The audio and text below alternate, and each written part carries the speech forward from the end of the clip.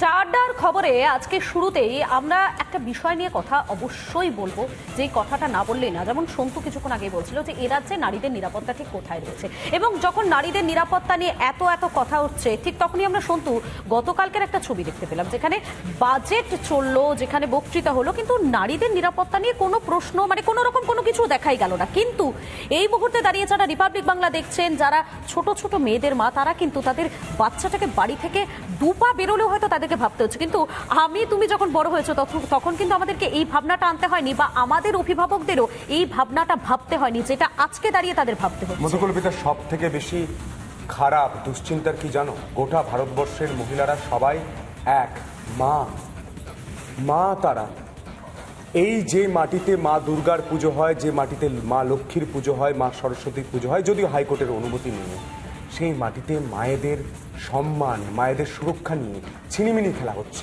কিন্তু এই রাজ্য ছাড়া অন্য কোনো রাজ্যে যদি এই ধরনের ঘটনা ঘটে, প্রতিবাদ করতে নেমে যায় ইন্ডিজোট। প্রতিবাদ করা উচিত, মোমবাতি নিয়ে মিছিল করা উচিত, প্রশ্ন করা উচিত মেয়েদের সুরক্ষা নিয়ে, মায়েদের সুরক্ষা নিয়ে। কিন্তু সব থেকে ক্ষতিকারক কি জানো? এই রাজ্যে, এই বাংলায় যখন মহিলাদের উপর অত্যাচার হয়, তখন কিছু বুদ্ধিজীবী, কিছু রাজনৈতিক লোক, কিছু ইন্ডিজোটের নেতারা, তারা মুখে সেলোটি পেটে দেন, মুখ বন্ধ করে থাকে, বলে না না না না, কিচ্ছু বলা যাবে না।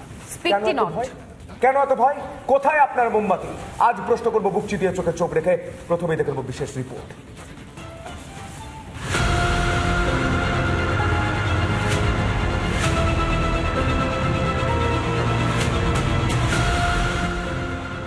হার হিম করা বয়ান, ঠান্ডা মাথায় খুন, পরিকল্পিতভাবে প্রমাণ লোপাটের চেষ্টা। একটা মানুষ কতটা নৃশংস হলে একটা মেয়ের উপর এতটা নির্মম অত্যাচার করতে পারে?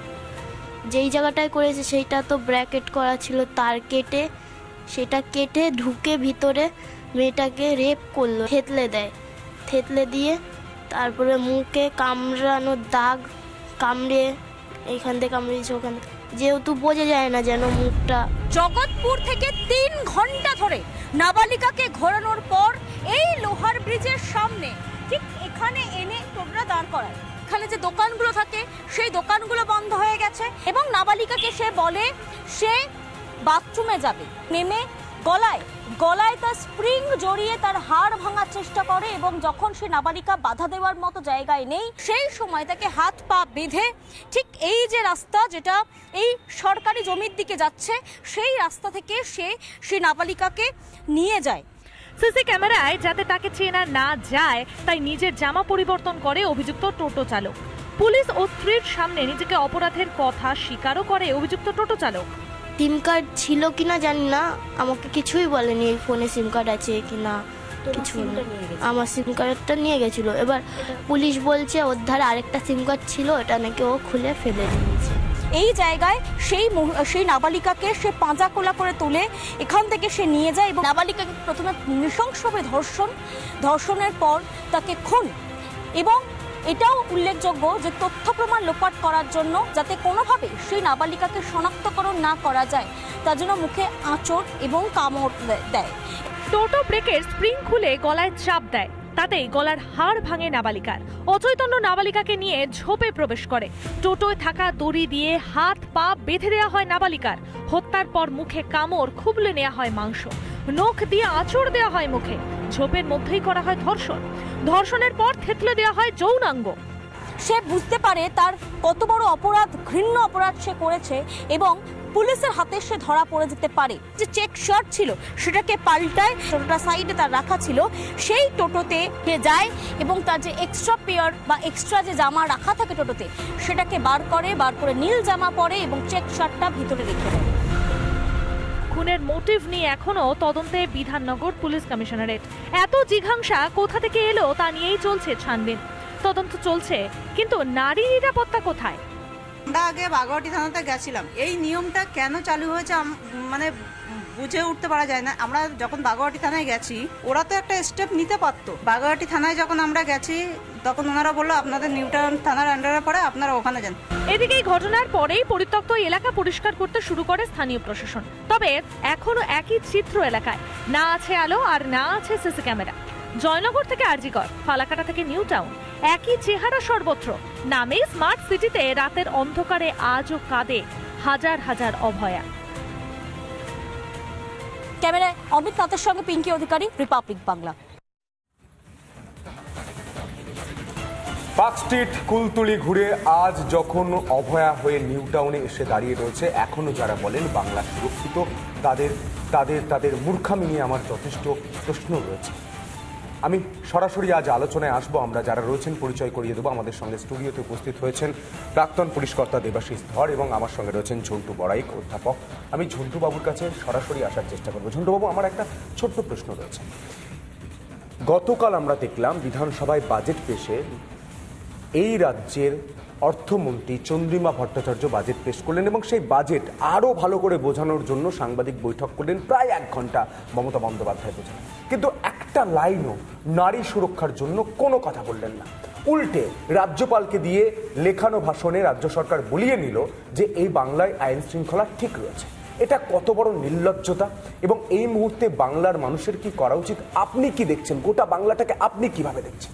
এবং কালকের 177 পৃষ্ঠার বাজেটে আমি সাংঘাতিকভাবে বিভিন্ন চ্যানেলে কিন্তু এই কথাটা বলেছি যে আমাদের রাজ্যের অভয়ার ঘটনার পরে অলমোস্ট প্রত্যেকটা রাজ্য তাদের বাজেট ফরমেশনে এবং সেন্ট্রাল বাজেটটা তুমি দেখবে মহিলাদের এআই কন্ট্রোল সুরক্ষা, প্যানিক বাটনের, বিশেষ করে কর্মরত মহিলাদের সমস্ত প্রভিশনের জন্য একটা বড় টাকা যেখানে ঢালা হয়েছে, সেখানে যেই রাজ্যে ঘটনাটা হলো সেই রাজ্যের নিরজ্জতা কোন জায়গায়, একটা নয়া পয়সা সেটা ইনভেস্ট করেনি। দ্বিতীয়, ওই যে একজন ভদ্রমহিলা বলছিল কেন হবে, আমরা বাগুইহাট থানা ওই থানায় ঘুরছি, তুমি খেয়াল করে দেখবে 1999 সালে সতবিন সিং এবং দিল্লি সরকারের যে মামলাটা হয়েছিল সেখানে সতবন্ত সিং একটা ঐতিহাসিক শুনিয়েছিল প্রধান বিচারপতি দিল্লি কোর্টের, যে কেন একজন মহিলার সাথে হওয়া ঘটনার পরে সে ছুটে বেড়াবে বিভিন্ন থানায়। পরবর্তীকালে মাননীয় সুপ্রিম কোর্ট 2012-তে নির্ভয়া কাণ্ডের পরে ঐতিহাসিক একটা কমিটির মাধ্যমে, যে কমিটির মাধ্যমে তারা জানিয়ে দিয়েছিল যে 0 FIR চালু করতে হবে, ভার্মা কমিটি। অর্থাৎ একটি মহিলা যেখানেই ঘটনা হোক না কেন ভারতবর্ষের যে কোনো থানায় গিয়ে সে FIR করতে পারবে, অভিযোগ জানাতে পারবে। এবং এই যে লাস্ট যে বিএনএস হয়েছে তাতে এটা স্পষ্টভাবে আইন মাফিক এসেছে, 0 FIR। ভাবো মেয়েটার ফ্যামিলি কিভাবে ছোটাছুটি করেছে, কোনো থানা কোনো রকম অভিযোগ নিতে চায়নি, ছুটে বেরিয়েছে তারা। আমি ঝন্টু বাবুর এই প্রসঙ্গ ধরে দেবাশিস বাবুর কাছে আসতে চাইবো। দেবাশিস বাবু, এই যে অপরাধের প্রবণতা যেভাবে আমাদের রাজ্যে বেড়ে যাচ্ছে, সেটার অন্যতম কারণ কি আইনের ফাঁক?